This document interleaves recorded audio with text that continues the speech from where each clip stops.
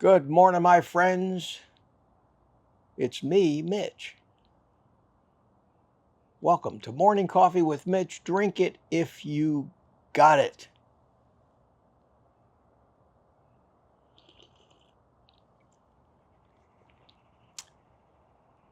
Well, we made it. We made it. It's 9/12. It's the day after. The debate's over. The depressing remembrance of those events 23 years ago will be forgotten as quickly as we remembered them yesterday. And that leaves us basically back to normal. It's Thursday. At my private community live stream tonight. Always look forward to that. My private community, you guys are my most fervent followers. We're up to 160, some of you. I think maybe 30 or 40 of those are the ones that were gifted, and some of them stay, but most of them end up going. So if I can count on 120, 130 people who follow me, it makes me feel good. These private communities, for the most part, really never get big numbers. I can understand that. I myself am not a member of anybody's private community. I don't have the time to follow that, or I don't feel like that I would benefit. So to know that there are over 100 people who feel that they're benefiting from what I do is a great feeling.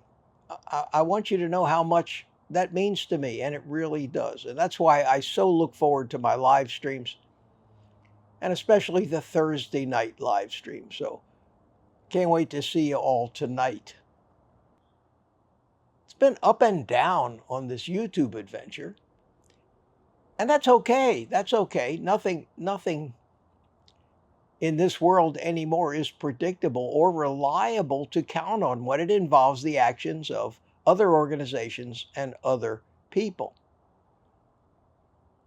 And I've been through this cycle a few times in the past year where my view count and my revenues go down, and it's depressing, and I go, what am I doing wrong? And then something happens, something hits, I make a video that becomes popular, it runs like crazy. For some reason, YouTube starts to put it out there to new people. My subscriber growth just starts to really pick up. My revenue goes up. I say, wow, this is great. I'm popular. Everybody loves me now. I got a comment. Got a comment yesterday or a couple days ago from somebody, man or woman, I don't know, probably woman. It topped the list of the most absurd comments I've ever gotten. And I've gotten some absurd ones. And this person said to me in one sentence, I'm unsubscribing. I cannot tolerate your language anymore. Don't you know that using that word promotes violence towards women? Did you hear what the hell I just said? Did you hear that? This person's telling me that if I let slip a phrase like, what the fuck? Which is something we all say every day, that I'm actively promoting violence towards women. Do you have any idea the stupidity, the brain damage of these people that are looking, I don't know, God knows what they're looking for on YouTube. Have you ever heard anything so ridiculous? And if you think that that comment is true and you're one of these all sex is rape feminists, I can't help you. Find your answers somewhere else. But don't watch my stuff and then report me to YouTube and try whatever you can do to hurt me. What do I do? What do I do? I've told you many times in the past, I wake up every morning and say, that's it, I've had it. And I have to talk myself back in to putting up with this nonsense, the ridiculously small income. And then I weigh that against the small number of people that have claimed it. I'm onto something, and I have found things and talk about things that nobody else does. I'm between a rock and a hard place every day up here in my mind. I love doing this. I love talking about the things I've discovered, trying to get to the real root of the problem, even though that root goes completely against human nature. That addicts don't want to cure their addiction. Every carbohydrate addict on the planet, every one of them, wants to lose weight, wants to get healthy. But they want to do it without having to face their addiction. Same thing with every alcoholic, every drug user, every gambler. Yeah, I want to lose weight. Tell me how I can lose weight, but don't make me stop using that addictive substance. That's just not even an option for me. And to summarize it, here we have the current state of dieting in America. The current state of dieting in America is this: millions and millions and millions and millions and hundreds of millions of fat, sick people, all or most addicted to sugar.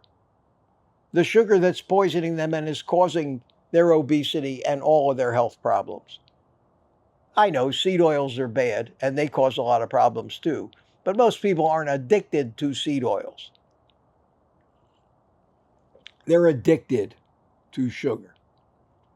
So here you got 100 million people addicted to sugar to come to YouTube for an answer. And they tune into old Mitch's channel. And Mitch tells them, hey, good morning, have a cup of coffee, smoke a cigar, quit eating sugar. The only way you're going to solve your problem is to give it up completely because it's an addiction. And they go, fuck that. There's another guy over there, some cooking guy, who's telling me how I can make a carnivore or keto pizza and cheesecake, and I can lose weight and get healthy by eating that stuff. Why would I listen to this bald-headed old fart clown Mitch telling me I can't have any of that stuff when this other guy's telling me I can? I'm going to watch him. To hell with Mitch. I'm unsubscribing. And the other guy who puts out a video that tells addicts how to feed their addiction, I'm sorry, gets 365,000 views, makes about 10 grand on that video, and old Mitch, who tells you this is the real path to fixing things. I struggle to get 1,000 views on a video anymore. I make $4. And you wonder, do you have any wonder? So what am I fighting here, folks? Why is this such an uphill battle for me? I've determined it's a number of reasons. Number one, I've got YouTube working against me for a few reasons. And one of the main reasons is a lower view count stops them from propagating it. So when I post a video in the morning, most of my viewers aren't online. My morning videos don't come out of the gate. They don't get pushed out there. They never get any more than 1,000 and maybe struggle to get to 2,000 views, and I make no money. I fight this battle internally every day. And then you accuse me of whining.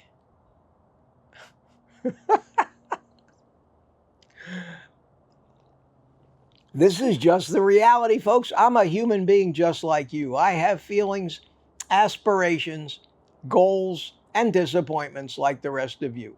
This adventure is such a roller coaster that I can't give up because I know I'm right. I know that I have an answer that I don't hear anywhere else. I know that you don't want to hear that answer because I want to take your addictive drug away from you. You want to be one of the millions and millions of people that are taking Ozempic shots thinking that's going to solve your problem and that's going to make you skinny and pretty and that's going to cure all your illnesses and that is only going to make you sicker and eventually fatter when you can't take it anymore because nobody's going to be able to take that stuff for life. Do you understand what it means to obligate yourself to a drug for life? Imagine buying a car and obligating yourself to that car payment for life. It sounds like a great idea when you do it, but you will not be able to sustain it. The answer is treating all of these problems as the addiction they are, and the answer to treating addiction is abstinence. There is no other way to do it if you're a severe addict. You listen to the success stories day after day of people who are not addicts, who are able to fix the problem. Well, good for them. That would be like listening to people in an AA meeting that aren't alcoholics that tell you how easy it was to kick alcohol. Sorry, it doesn't work that way. My problem is, how do I get more people to give me credibility for my message? It's not that outlandish, telling you that when you're addicted to something, you have to abstain from it. That works great for every other addiction, but people will not want to believe that about food because there are too many people making too much money, and those too many people include too many YouTubers that are also capitalizing on your addiction and making a fortune on this platform, putting out videos telling you how to feed your addiction. I'm sorry. And they don't even know it. They think they're helping, and they might be helping a few non-addicts. But for the rest of you, they start you on the path of slow sabotage of your efforts, and you end up in the Ozempic line. I'm not giving up. I am not giving up. I'm going to continue to do this. If I have to make it a side job, I will. If I have to spend one day a week, half a day, getting my message out, I'll keep doing that. If my subscriber count diminishes, if my view count goes down to nothing, I'm going to still be here. I'm going to keep harping on this until somebody proves me wrong or I get some kind of new evidence that I haven't found yet that I am wrong. And at that point, I will apologize gracefully and exit stage left. But until then, you're stuck with me. You're stuck with me. If you love me, support me, for God's sakes. Throw me a coffee once in a while. If you don't like me, you shouldn't be watching me. But if I'm helping you, and you value what I say, and you value what you're learning from me, I need your help. Or I can't keep doing this. Not at the level that I do. I'll be here, but not very often. Anyway, guys, that's enough. It's enough rambling and complaining from me this morning. I'm just in one of those kind of moods. I'm going to have a lot of work to do today. A lot of work, a lot of thought, a lot of tedious editing. Looking forward to the live stream tonight where I can get together with my friends and relax a little bit.